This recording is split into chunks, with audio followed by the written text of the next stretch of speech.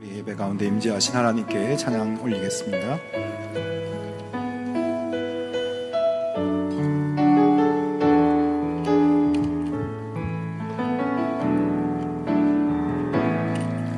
하늘의 문을 여소서, 이곳을 주목하소서. 주를 향한 노래가 꺼지지 않으니 하늘을 열고 보소서. 이곳에 임재하소서. 주님을 기다립니다. 기도의 향기가 하늘에 닿으니 주여 임재하여 주소서. 이곳에 오셔서 이곳에 앉으소서. 이곳에서 드리는 예배를 받으소서. 주님의 이름만이, 오직 주의 이름만 이곳에 있습니다. 이곳에 오셔서 이곳에 앉으소서. 이곳에서 드리는 예배를 받으소서. 주님의 이름만이, 오직 주의 이름만 이곳에 있습니다. 나는 전능하신 아버지 하나님, 천지의 창조주를 믿습니다. 나는 그의 유일하신 아들 우리 주 예수 그리스도를 믿습니다. 그는 성령으로 잉태되어 동정녀 마리아에게서 나시고 본디오 빌라도에게 고난을 받아 십자가에 못 박혀 죽으시고 장사된 지 사흘 만에 죽은 자 가운데서 다시 살아나셨으며 하늘에 오르시어 전능하신 아버지 하나님 우편에 앉아 계시다가 거기로부터 살아있는 자와 죽은 자를 심판하러 오십니다. 나는 성령을 믿으며 거룩한 공교회와 성도의 교제와 죄를 용서받는 것과 몸의 부활과 영생을 믿습니다. 아멘. 예수님은 우리를 구원하시려고 우리를 대신해서 죽기 위해 이 땅에 오셨습니다. 자기 양을 위해 목숨도 아끼지 않는 진정한 목자 되신 우리 주님의 사랑에 감사하며 우리 함께 기쁨의 찬양 올려드립니다.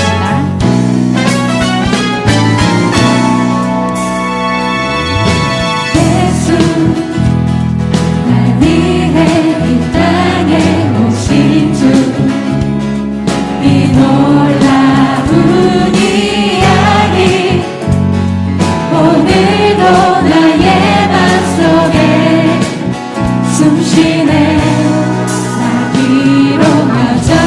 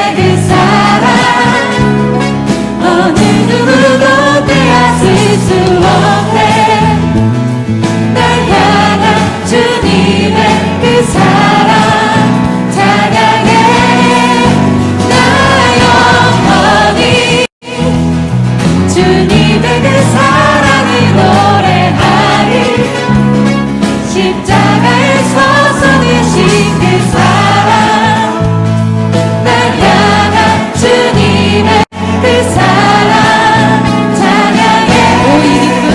오이 기쁨 멈출 수 없는 주님의 그 사랑, 어느 누구도 빼앗을 수 없네. 날 향한 주님의 그 사랑 찬양해. 나 영원히 주님의 그 사랑을 노래하리. 십자가에서 쏟으신 그 사랑, 날 향한 주님의 그 사랑 찬양해. 영원토록. 영원히 주님의 사랑을 찬양합시다. 영원토록.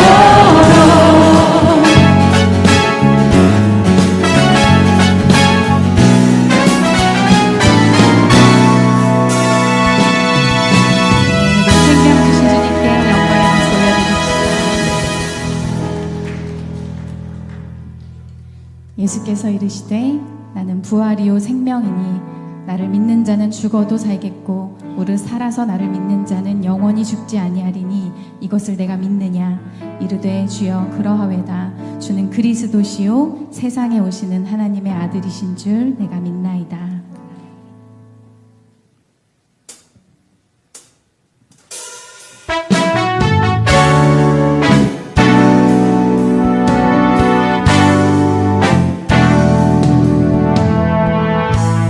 만약에 부활 없다면 우리의 믿음 헛되네.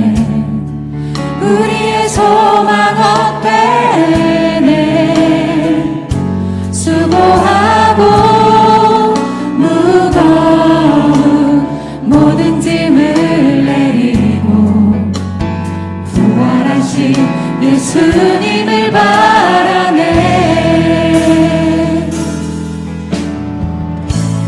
만약에 부활 없다면 우리의 믿음 헛되네. 우리의 소망 헛되네. 수고하고 무거운 모든 짐을 내리고 부활하신 예수님을 바라네. 부활 생명의 예수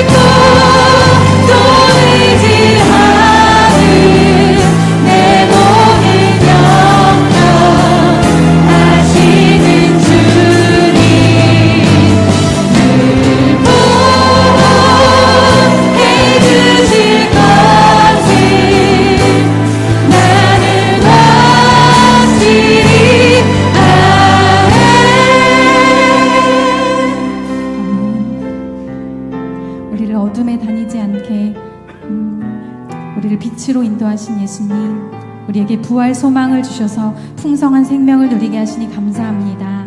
오늘 이 시간 가운데 우리의 굳어진 마음을 부드럽게 하시고 영적인 무지에서 눈뜨게 하셔서 우리와 함께 하시는 주님을 깊이 만나고 예배하게 하여 주시옵소서. 진리의 빛으로 우리를 비추실 때 내 생각으로 하나님의 일하심을 재단하지 않게 하시고 세상과 사람이 아닌 오직 하나님만 두려워하며 주의 영광을 사랑하고 사모하는 우리 되게 하여 주시옵소서. 함께 기도하겠습니다.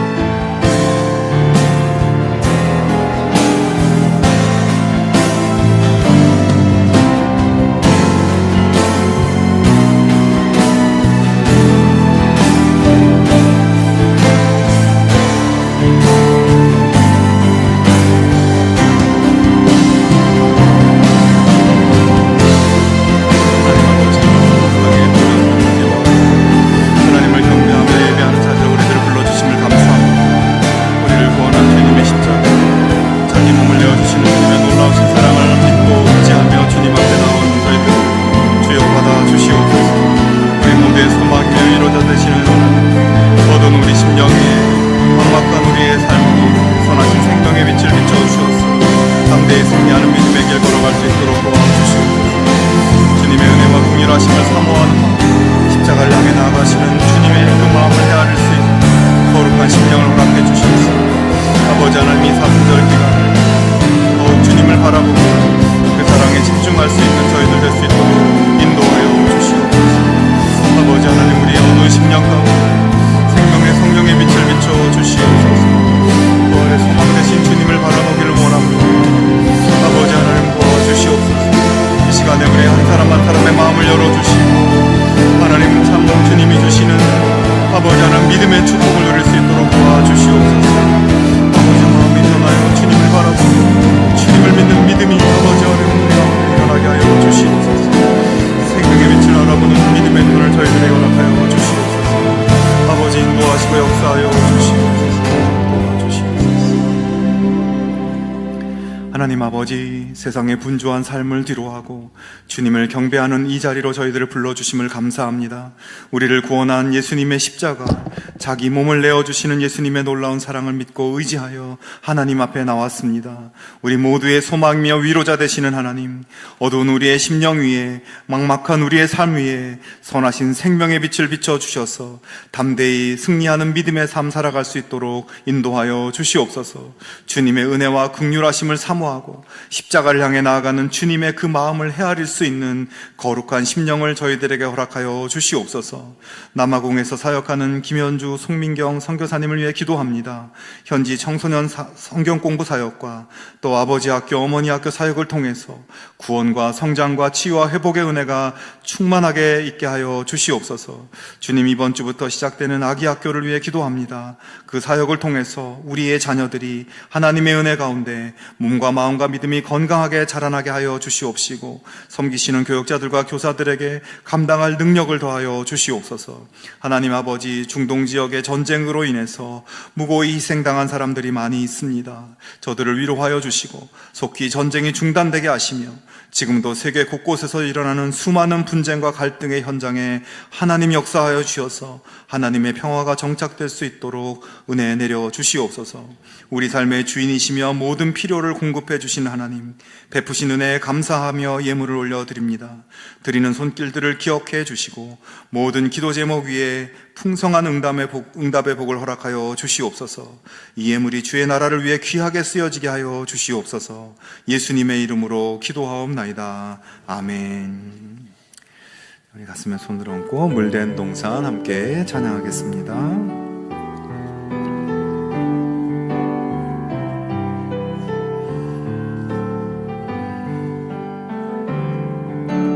주님 나를 항상 인도하시리.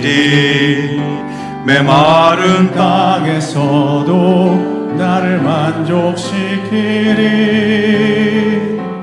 나는 물된 동산 같겠고 마르지 않는 샘 같으리. 나는 물된 동산 같겠고 마르지 않는 샘 같으리. 우리 옆에 분들을 축복하며 주님 너를 항상 인도하시리. 메마른 땅에서도 너를 만족시키리. 너는 물된 동산 같겠고 마르지 않는 샘 같으리. 너는 물된 동산 같겠고 마르지 않는 샘 같으리. 우리 하나님께 영광의 박수 함께 하겠습니다. 네, 주일 예배에 함께 하신 여러분을 주님의 이름으로 환영하고 축복합니다. 우리 서로 한번 인사 나누겠습니다. 하나님의 평강을 기원합니다. 하나님의 평강을 기원합니다. 기도하면 됩니다. 기도하면 됩니다.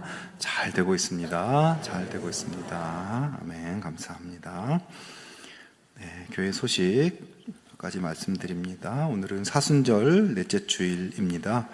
우리 계속해서 사순절 기간을 우리가 보내고 있습니다. 예수님의 십자가의 길 우리가 조금 더 묵상하며 또 경건의 기간 잘 가져가실 수 있기를 바랍니다.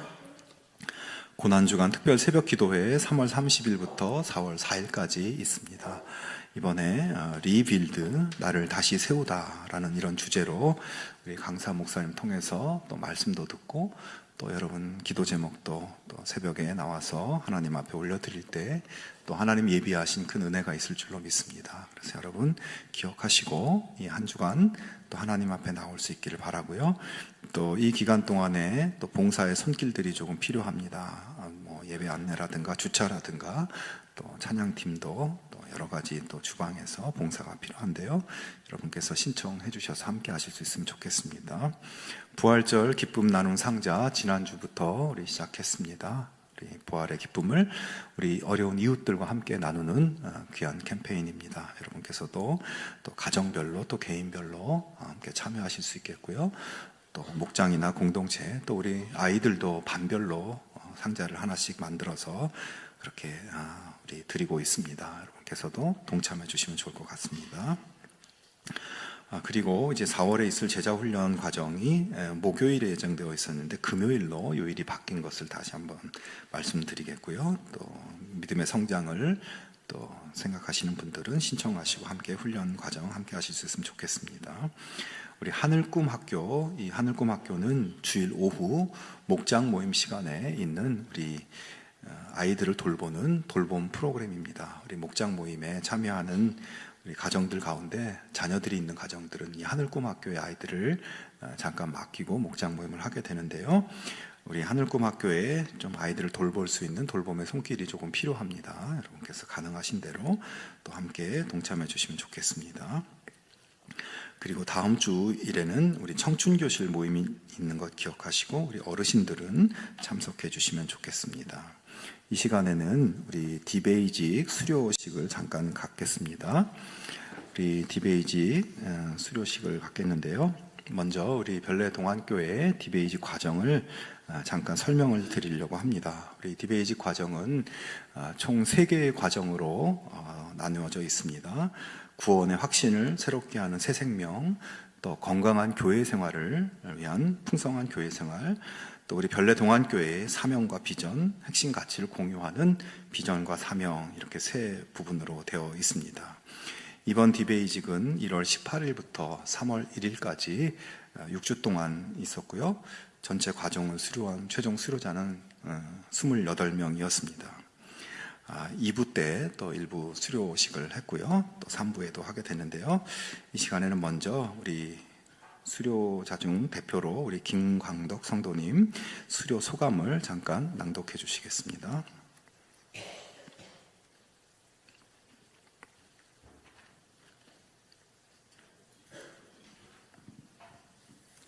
디베이직 수료 소감문. 디베이직 필수 과정 1과는 어떤 여인의 변화된 이야기였습니다. 2과는 어떤 남자의 변화된 이야기였습니다. 남편과 저는 아직은 어린 아이들을 양육하고 있으며 아이들의 엄마와 아빠의 이름으로 각자의 자리에서 서로 도와주고 응원하는 날들을 지내고 있었습니다. 그리고 아이들이 주일에는 기쁘게 하나님께 예배를 드리고 하나님, 예수님, 성령님이 누구신지 무엇을 하셨는지 바르게 알고 믿음의 뿌리가 튼튼히 내려져 열매 맺는 이 땅에서의 삶이 되기를 소망해 왔습니다. 간절히. 하지만 정작 저는 나는 괜찮아, 나는 지금은 말고 우리 아이들이 먼저, 아이들이 성경을 읽어야 하고 아이들이 기도를 하는 모습을 보고 내 마음도 편안해졌습니다. 그런데 정작 나는 멈추어 있었습니다. 의무나 습관처럼 나오는 기도, 나의 고백 없는 어떤 변화도 없는 매일매일이 껍데기인 기도였습니다. 그리고 어느 날 남편이 저에게 디베이직을 신청했다고 말하며 함께 하자고 했습니다. 하지만 프리랜서로 일을 하는 남편은 주일마다 디베이직을 하는 그 시간마다 일터에서 부름을 받게 되고 일을 하러 가게 되었습니다. 결국 저는 엄마 껌딱지인 막둥이 딸과 함께 디베이직을 듣게 되었습니다. 아직 한자리에서 오래 무언가를 듣고 앉아있는 게 너무 어려운 나이라 걱정이 되었습니다. 첫째 날 일과 수업을 마치고 아이와 함께 나오는데 아이가 엄마 너무 길어서 너무 힘들어서 나 이제 엄마한테 매달려서 난 너무 힘드니까 이제 나갈 거야 라고 때라도 써보려고 마음을 먹으려던 그 순간 목사님께서 자 이제 기도하겠습니다 라는 소리를 듣게 됐고 아이는 얌전히 기도를 하고 나올 수 있었다고 합니다. 저는 와 정말 다행이다. 그런데 다음 주 과정은 또 어쩌지? 아이와 매주 함께 해야 하는데 이 과정을 아이가 다 앉아서 함께 할 수 있을까라는 걱정이 그 다음 주까지 이어졌습니다.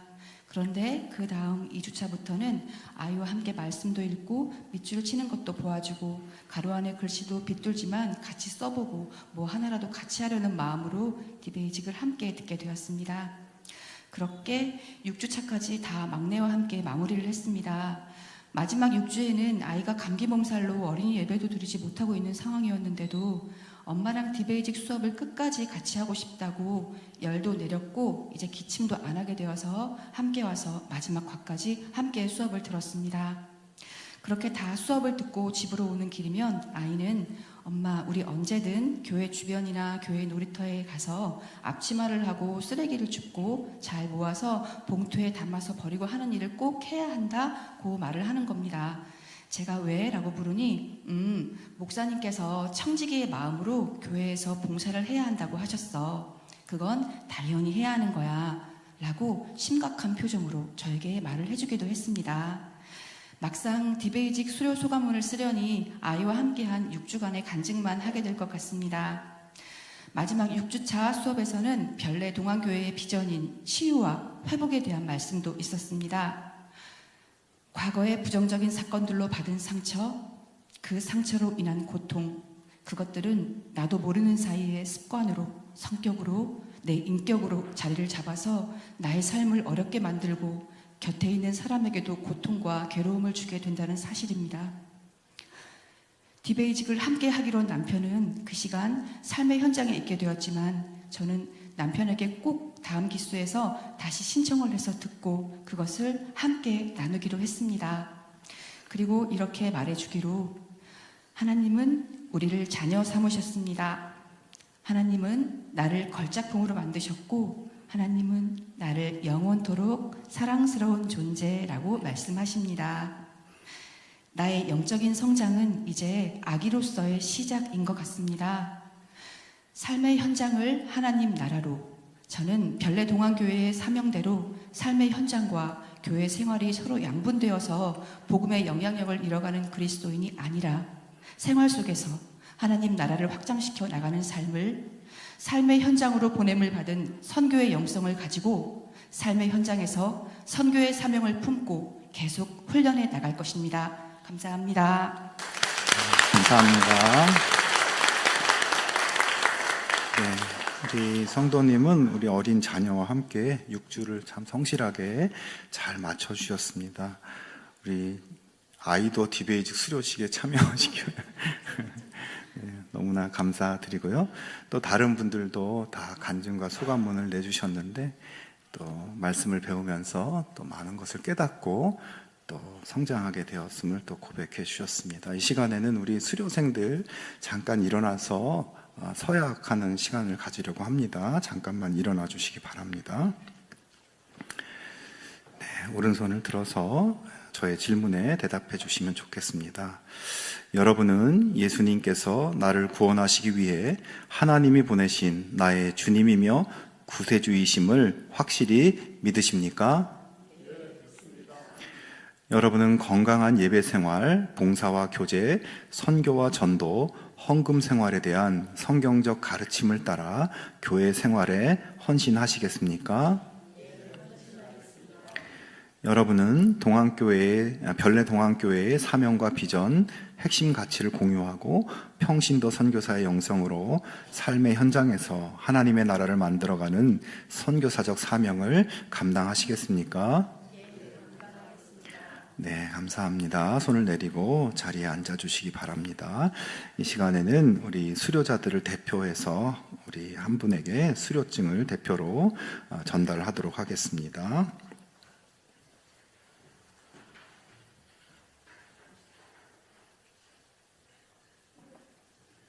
수료증 성명 이길우. 위의 사람은 본 교회에서 실시하는 디베이직 전 과정을 수료하였으므로 이 증서를 수여합니다. 2026년 3월 15일 대한예수교 장로회 별내동안교회 담임목사 나광현.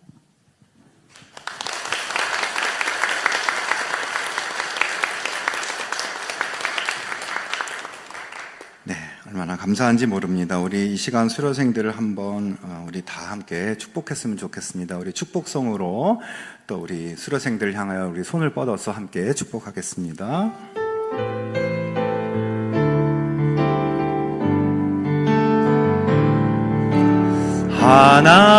하나님께서 당신을 통해 메마른 땅에 샘물 나게 하시기를 가난한 영혼, 목마른 영혼, 당신을 통해 주 사랑 알기 원하네.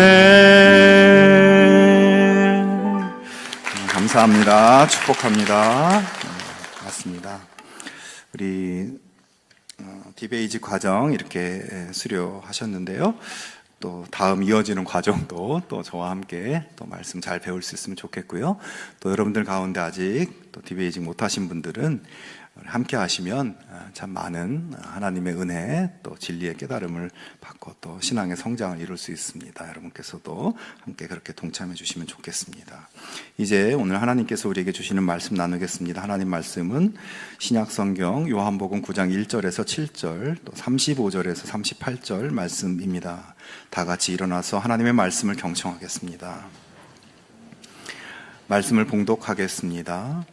예수께서 길을 가실 때에 날때부터 맹인된 사람을 보신지라. 제자들이 물어 이르되 랍비여, 이 사람이 맹인으로 난 것이 누구의 죄로 인함이니이까? 자기니이까 그의 부모니이까? 예수께서 대답하시되 이 사람이나 그 부모의 죄로 인한 것이 아니라 그에게서 하나님이 하시는 일을 나타내고자 하심이라. 때가 아직 낮음에 나를 보내신 이의 일을 우리가 하여야 하리라. 밤이 오리니 그때는 아무도 일할 수 없느니라. 내가 세상에 있는 동안에는 세상의 빛이로라. 이 말씀을 하시고 땅에 침을 뱉어 진흙을 이겨 그의 눈에 바르시고 이르시되 실로암 못에 가서 씻으라 하시니, 실로암은 번역하면 보냄을 받았다는 뜻이라. 이에 가서 씻고 밝은 눈으로 왔더라. 이어서 35절입니다. 예수께서 그들이 그 사람을 쫓아냈다 하는 말을 들으셨더니 그를 만나사 이르시되 내가 인자를 믿느냐? 대답하여 이르되 주여 그가 누구시오니이까? 내가 믿고자 하나이다. 예수께서 이르시되 내가 그를 보았거니와 지금 너와 말하는 자가 그이니라. 이르되 주여 내가 믿나이다 하고 절하는지라. 아멘. 이 말씀은 하나님의 말씀입니다. 아멘. 독일의 화가인 한스 홀바인이라는 분의 작품 중에 대사들이라고 하는 유명한 그림이 있습니다. 지금 보시는 그림인데요. 그림의 왼쪽에 있는 인물은 영국 주재 프랑스 대사인 장 드 댕트빌이라는 사람이고, 오른쪽에 있는 사람은 그의 친구이자 성직자인 조르브 드 쉘브입니다. 이 두 사람은 그 당시 시대의 부와 지식과 권력을 상징하는 인물들이죠.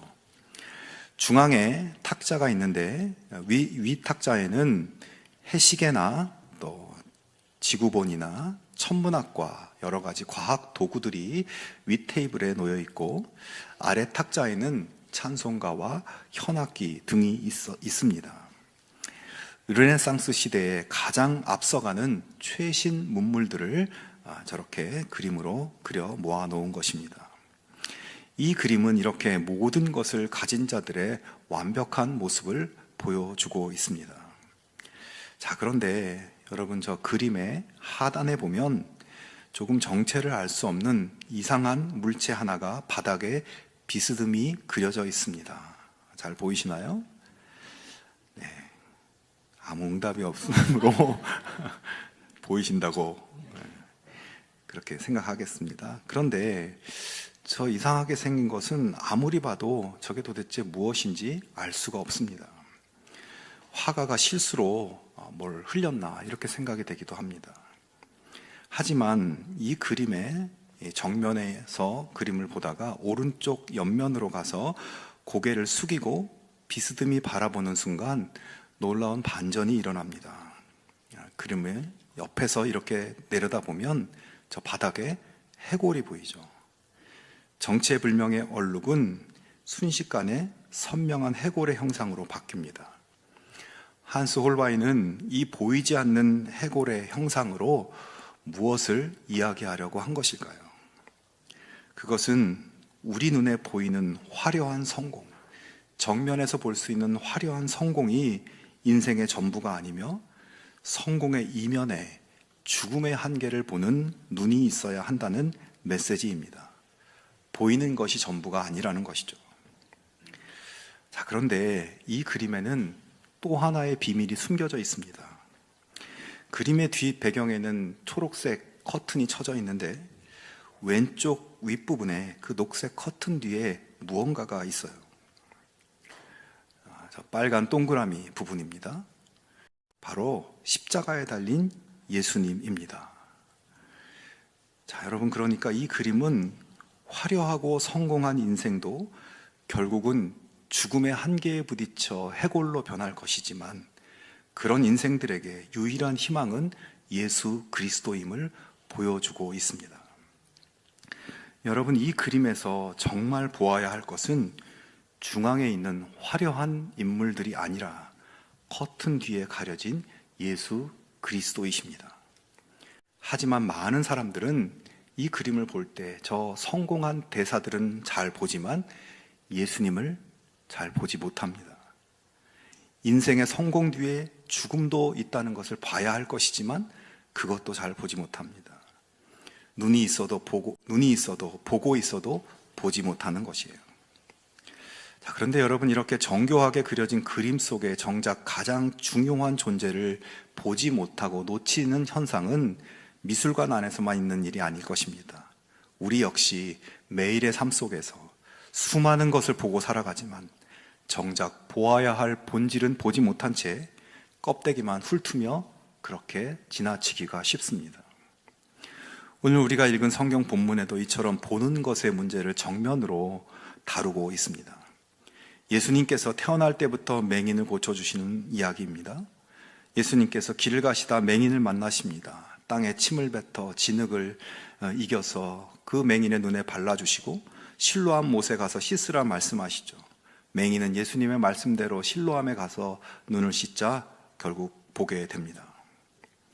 자, 그런데 오늘 본문은 맹인이 이렇게 치유를 받은 놀라운 이 사건으로 종결되지 않고 8절부터 41절까지 9장 전체에 걸쳐 이 고침받은 맹인과 이웃의 사람들과의 대화, 또 바리새인들과 맹인의 대화, 또 이 바리새인들과 맹인의 부모와의 대화 장면, 그리고 또다시 바리새인들과 맹인의 두 번째 대화 장면이 길게 나오고 있습니다. 그리고 마지막에는 맹인이 예수님을 다시 만나 예수님을 구원자로 주님으로 믿고 고백하며 주님을 경배하는 것으로 이야기가 끝납니다. 이야기의 구조가 조금 독특한 것이죠. 맹인을 치유한 기적 사건, 이 사건이 중심이 아니라 이 사건은 마치 전체 이야기의 도입부의 역할을 하고 있고 그 이후에 벌어진 여러 사람들의 대화가 이 이야기의 중심을 이루고 있는 것입니다. 그래서 이 이야기가 전하고자 하는 메시지를 발견하기 위해서는 이야기의 중심 부분인 사람들의 이 대화의 장면을 잘 보아야 합니다. 물론 맹인이 눈을 떠서 보게 되는 이 기적은 굉장히 놀라운 기적이고 이 장면 하나만으로도 많은 깨달음과 감동을 느낄 수 있습니다. 예수님께서 본문에 태어날 때부터 맹인된 사람을 고쳐주실 때 이렇게 얘기하시죠. 내가 세상에 있는 동안에는 세상의 빛이로라. 사실 오늘 본문 전체는 이 말씀 한마디로 끝이 난다고도 볼 수 있습니다. 즉 예수님이 맹인의 눈을 뜨게 한 기적은 단지 한 개인을 치유한 사건이 아니라 어두운 절망의 세상에 살고 있는 인생들에게 예수님이 유일한 구원이시고 유일한 희망의 빛이시라는 것을 선포하신 것입니다. 예수님이야말로 죄악과 죽음으로 캄캄한 이 세상을 밝히시는 빛이심을 가르쳐주고 있습니다.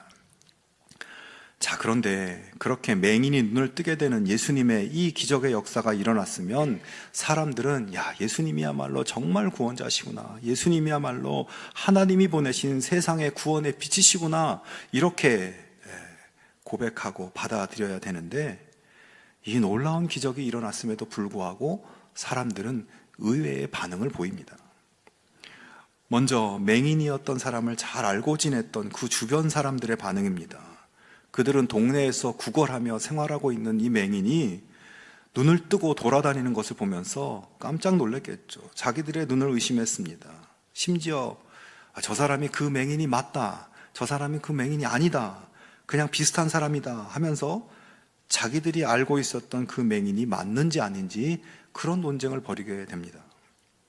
그들은 그렇게 자기들끼리 의견이 분분하다가 결국 맹인이었던 사람들에게 당신, 우리가 알고 있었던 그 사람이 진짜 맞냐고 직접 물어보죠. 그러자 그는 내가 그 사람 맞다고 대답을 합니다. 사람들은 놀라며 아니, 당신 도대체 어떻게 눈을 뜨게 된 것이오? 라고 질문합니다. 맹인은 예수라는 사람이 고쳐주었다고 이야기합니다. 하지만 사람들은 여전히 이 맹인이 눈을 뜬 것이 진짜냐 가짜냐 의심하고 예수가 그런 기적을 행했다고 하는데 이걸 어떻게 받아들여야 할 것인가 당혹스러워했습니다. 그런 의심과 당혹스러운 마음으로 사람들은 맹인을 데리고 바리새인들에게 찾아갑니다. 그들은 지금 이 놀라운 사건을 어떻게 받아들여야 할지, 예수를 어떻게 받아들여야 할지 바리새인들에게 물어보고자 하는 것입니다. 맹인의 눈을 뜨게 한 예수를 하나님이 보낸 구원자로, 이스라엘 백성들이 기다리던 메시아로 진짜로 믿어도 되는지 아닌지 바리새인들에게 확인해 보고자 하는 것입니다. 그들은 지금 어두운 세상에 생명의 빛이 비추었는데 빛을 알아보지 못하고 확신하지 못하고 있어요. 자, 이제 바리새인들이 맹인을 조사하기 시작합니다. 조사를 시작하자마자 문제점이 발견됐습니다. 예수가 맹인의 눈을 뜨게 해준 그 날이 바로 안식일인 것입니다. 당시 안식일에는 목숨이 위급한 경우를 제외하고는 치료 행위를 하지 못하도록 되어 있습니다.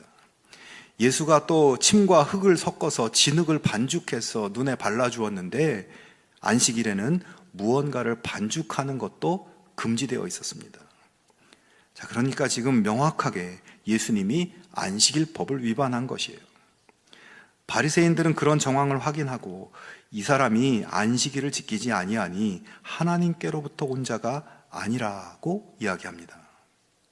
자, 맹인의 눈을 뜨게 해준 것은 대단히 놀랄 일이지만 그렇다고 안식일법도 지키지 않는 이런 사람은 하나님의 메시아일 리가 없다, 구원자일 수 없다, 예수는 메시아가 아니다 라고 얘기한 겁니다.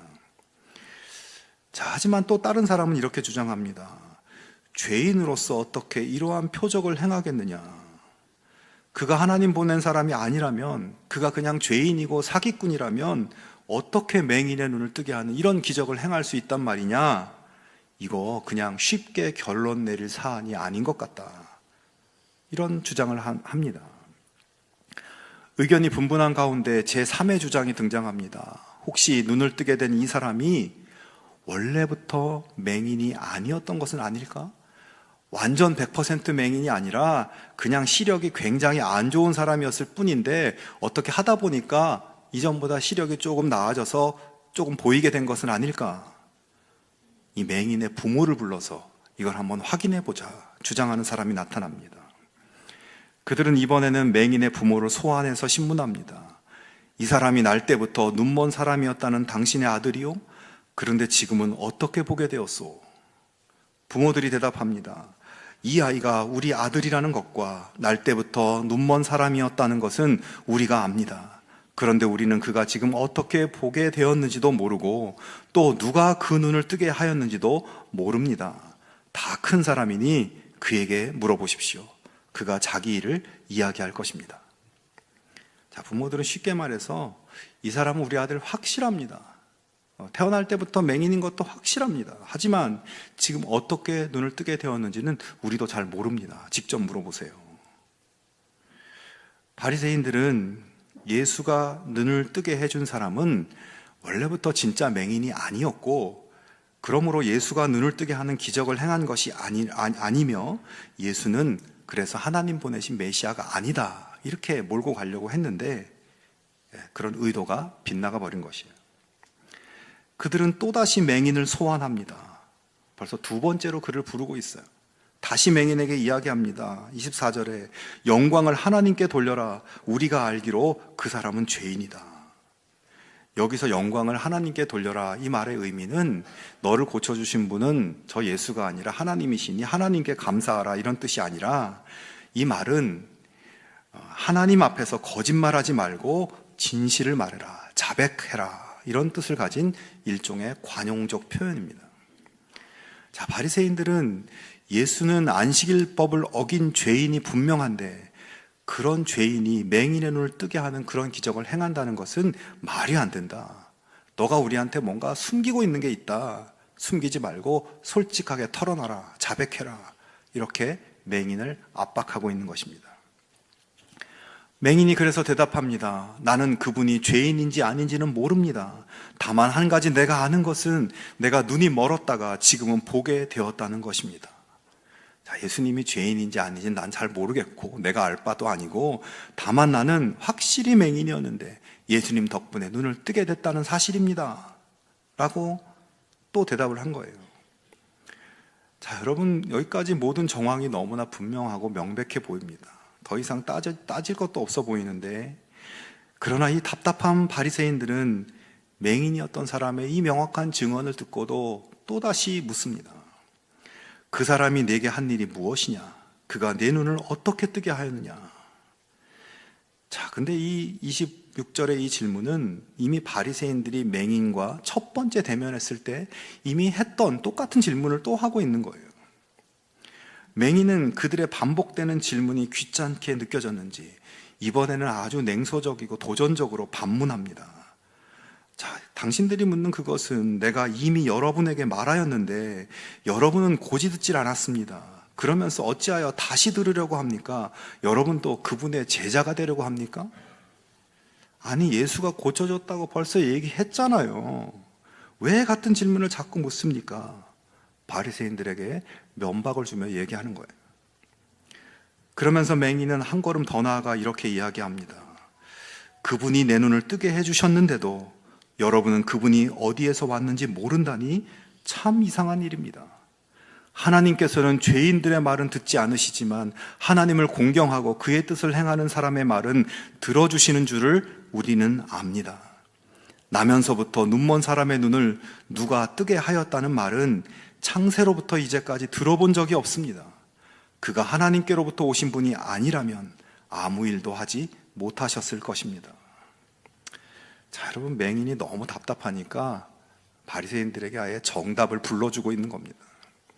당신들은 자꾸 예수가 하나님 보낸 구원자가 아니라고, 안식일법을 위반한 죄인이 그렇게 할 수는 없다고 주장하고 싶은 것 같은데, 당신들 말대로 죄인이 어떻게 맹인의 눈을 뜨게 한단 말입니까? 창세 이후로 맹인이 눈을 뜨는 기적은 한 번도 일어난 적이 없다고 하는데, 예수님이 이런 기적을 행했다면 하나님 보내신 분이 확실한 거 아닙니까? 내가 당사자인데 당사자인 내 말을 도대체 왜 믿지 못하고 부정하려고만 합니까? 이거 딱 보면 모르시겠습니까? 예수님이 하나님 보내신 분이라는 것이 그렇게 안 보입니까? 정말 안 보입니까? 그거 참 이상한 사람들이네. 그들은 맹인이 그렇게 건방진 태도로 하는 이야기를 들으면서 화가 나서 그를 쫓아내버립니다. 여기서 쫓아낸다는 말은 그냥 그 공간에서 내보냈다는 뜻이 아니라 그들의 유대인 공동체에서 출교시켜버렸다는 것이에요.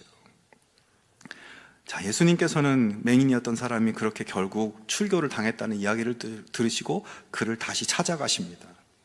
그리고 자신이 그의 눈을 뜨게 해준 예수임을 말씀해 주십니다. 맹인이었던 사람은 자기 눈을 뜨게 해준 예수님을 드디어 만나서 예수님이 구원자이시고 나의 주님이심을, 세상의 빛이심을 믿고 고백하고 경배하면서 이 이야기는 끝이 납니다. 자, 여러분, 이 말씀 속에서 진짜 눈먼 사람은 누구입니까? 맹인입니까? 바리새인입니까? 맹인은 그동안 불쌍한 사람이었고 아무것도 볼 수 없고 그저 남에게 보여지는 대상일 뿐이었습니다. 그러나 그는 예수님을 통해 보는 사람이 되었는데, 단순히 육신적으로만 보는 것이 아니라 영적으로 보는 사람이 되었어요. 예수님을 자신의 어두운 인생에 빛을 비춰주시는 분으로, 생명의 구원자로 밝히 알아보게 되었습니다. 그러나 바리새인들은 어땠습니까? 빛이 비추고 있는데도, 빛이 그들 옆에서 너무나 강렬하게 명확하게 비추었는데도 빛을 알아보지 못했습니다. 그들의 육신의 눈은 열려 있었지만 영적인 눈은 닫혀 있었습니다. 자신들이 알고 있는 신앙의 지식과 오랫동안 쌓아온 편견과 고집과 그들의 욕망에 가려 빛을 알아보지 못했습니다. 여러분, 진짜 맹인은 누구입니까? 오늘 말씀은 누가 보고 있는지, 누가 보지 못하고 있는지를 역설적으로 극명하게 대조하며 보여주는 말씀입니다. 요한복음 1장 9절 10절에 이런 말씀이 있습니다. 참 빛 곧 세상에 와서 각 사람에게 비추는 빛이 있었나니 그가 세상에 계셨으며 세상은 그로 말미암아 지은 바 되었으되 세상이 그를 알지 못하였고. 여러분, 예수님 시대의 이스라엘은 정말 희망이 없는 어둠의 시대였습니다. 육신적으로는 로마 제국을 비롯한 세상의 권력의 압제 밑에서 희망이 보이지 않았고, 영적으로도 깊은 어둠에 갇혀 있었습니다. 한 조각의 빛도 찾을 수 없는, 빛이라는 것이 아예 불가능한 그런 상황이었습니다. 그런 가운데 예수 그리스도 참 빛이 비추었지만 그 빛을 알아보는 사람도 있었고 안타깝게 알아보지 못하는 사람도 있었습니다. 바리새인들은 빛을 빛이 아니라고 거부하고 빛을 소멸하려고 했습니다. 여러분, 이제 오늘 우리의 시대를 한번 생각해 볼까요? 눈을 들어 이 시대를 보면 현실적으로 오늘 본문의 이스라엘처럼 우리의 시대도 여전히 어두운 시대입니다. 여러분, 우리가 사는 이 세상이 희망적이라고 생각되십니까?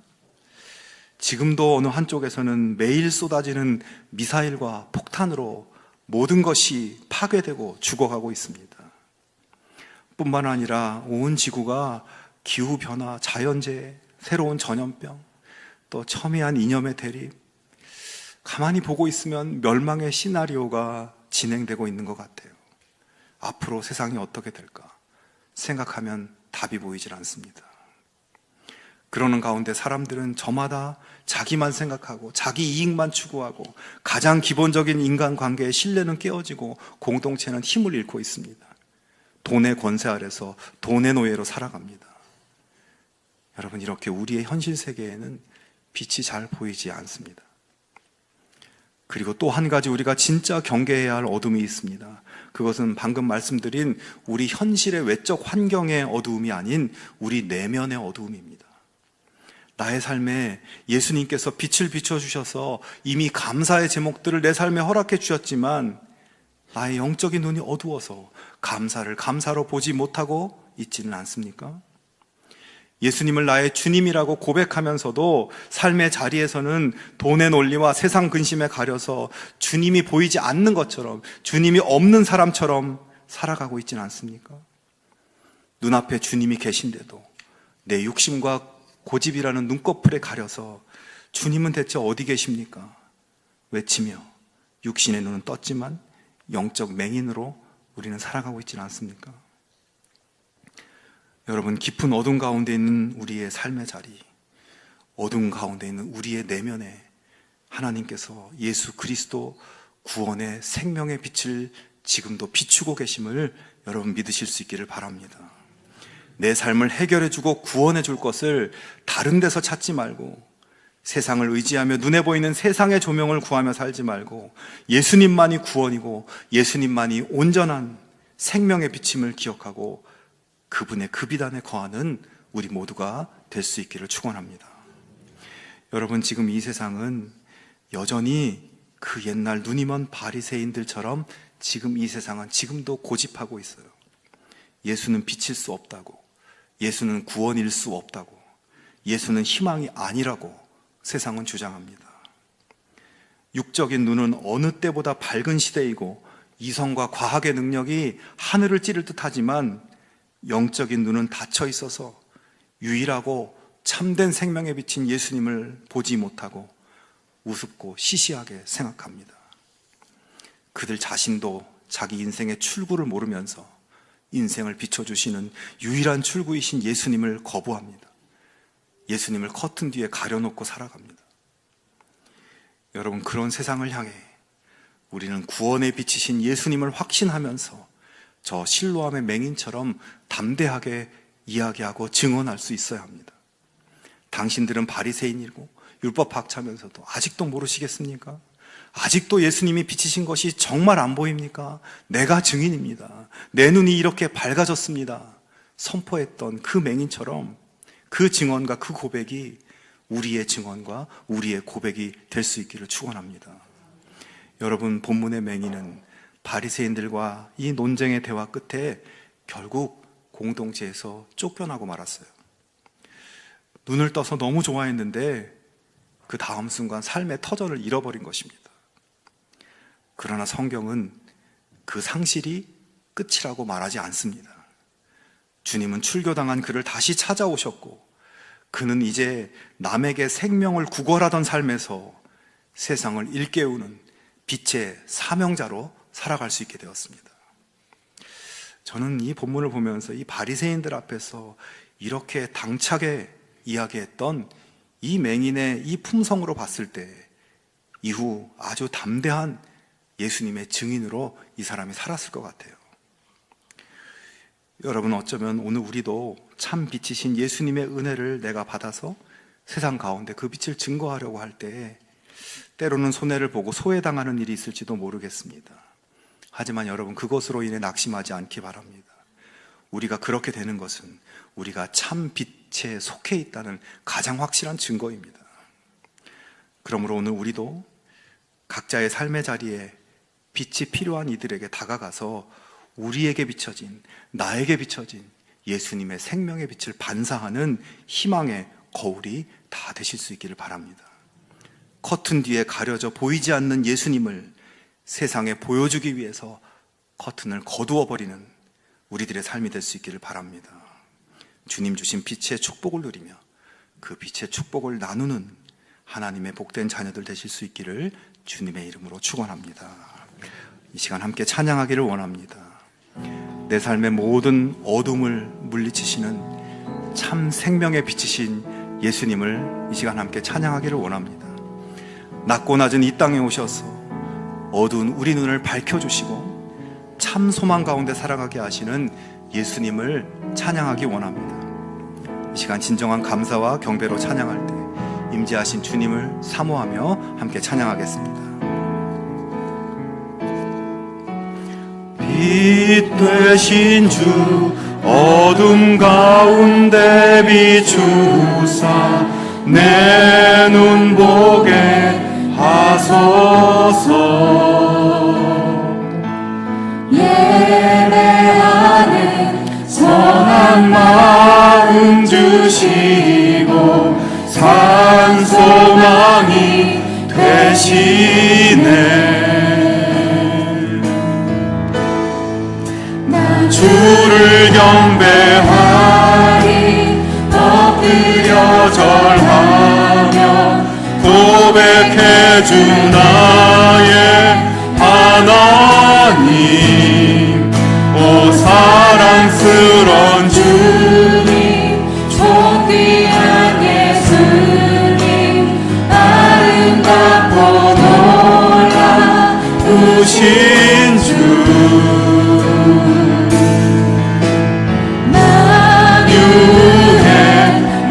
힘을 받으소서.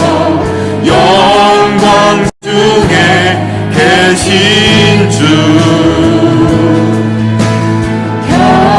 겸손하게 이 땅에 임하신 주 높여 찬양하리라.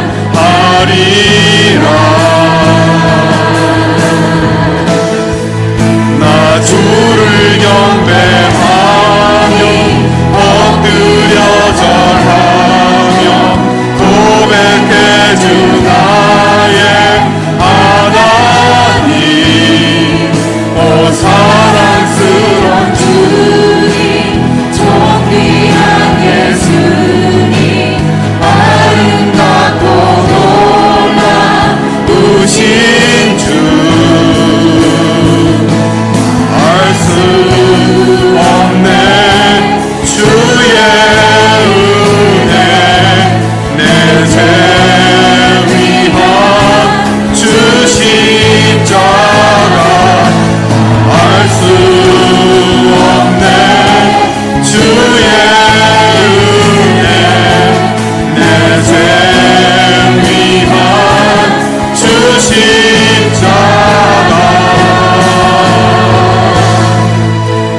주를 경배하리 엎드려 절하며 고백해 주 나의 하나님. 오 사랑스런 주님 존귀한 예수님 아름답고 놀라우신 주.